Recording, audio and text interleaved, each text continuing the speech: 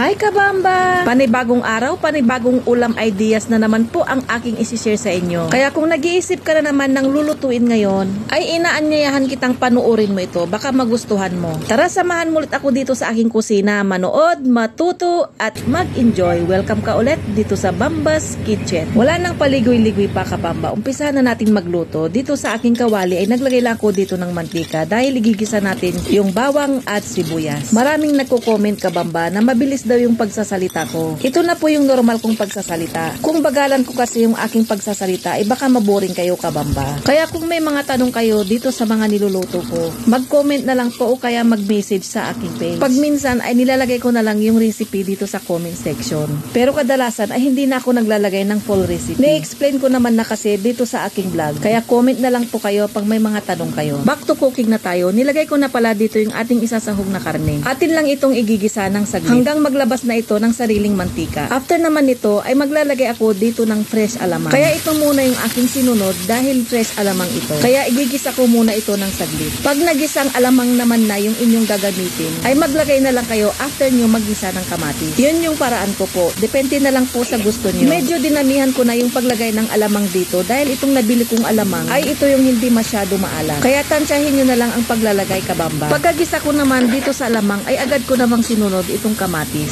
Gisahin hanggang madurog ito. Medyo dinamihan ko ng paglagay ng kamatis dahil mas masarap pag marami ito. Pagkagisa ko dito sa kamatis ay nilagay ko na itong kalabasa. Itong variety na kalabasa na to ay ito yung masarap na ihalo dito. Kung hindi ako nagkakamali, ito yung Sofia na variety. Dati tinaimas nga karabasa tanakal na. Paki-comment yung man kakabsat no yan ti Tagalog na tinakal na. Tatay ko pa lang isi-search dito Google nga maawan masapulak. Agyaman na kabamba. After ko naman hinalo ito ay naglagay na ako dito ng tubig. Yung sakto lang na pagluluto natin at magiging sabaw ng ating niluluto. Dahil itong lutuin na to ay hindi naman kailangan na masabaw ito. Tinakpan at papakuluan ko lang ito hanggang bahagyang maluto itong kalabasa. Pagkaluto naman ng kalabasa ay isinunod ko namang ilagay itong talong. Kunti lang yung ilalagay kong talong dahil ito lang yung aking na-harvest sa aking tanim sa likod ng aming bahay. At ilalagay ko na rin dito yung bunga ng ampalaya. Kung mapapansin nyo kabamba, yung mga gulay na aking nilagay dito ay tulad din ng mga gulay na niluluto na pinakbet. Ang pagkakaiba lang nila ay bagoong na alamang ang aking nilagay dito. Dito sa aming lugar sa Pangasinan, ang lutuin na to ay tinatawag naming bulanglang. Iba rin yung bulanglang ng ibang probinsya. After ko naman mapakuluan ito ng saglit ay agad ko namang sinunod yung sitaw at okra. Half cook lang yung pagluluto ko sa mga gulay na to, pero yung kalabasa na aking nilagay ay talagang lutong-luto ito. Sa mga may ayaw kumain ng bagoong alamang o kaya may allergic dito, pwede nyo namang gamitin yung patis o kaya asin. Kung wala ka namang allergy sa alamang at di ka pa nakapag-try sa lutuin na to, ay try mo kabamba, masarap ito. Akin lang tinakpan at lulutuin ko lang saglit itong mga gulay na aking nilagay. Itsura pa lang ng aking niluluto ay talagang matatakam ka na. May mas manantimangan lalo no agkambot ka. Baka itong mga gulay na to ay available na sa iyong ref. Kaya ito na yung iyong lutuin.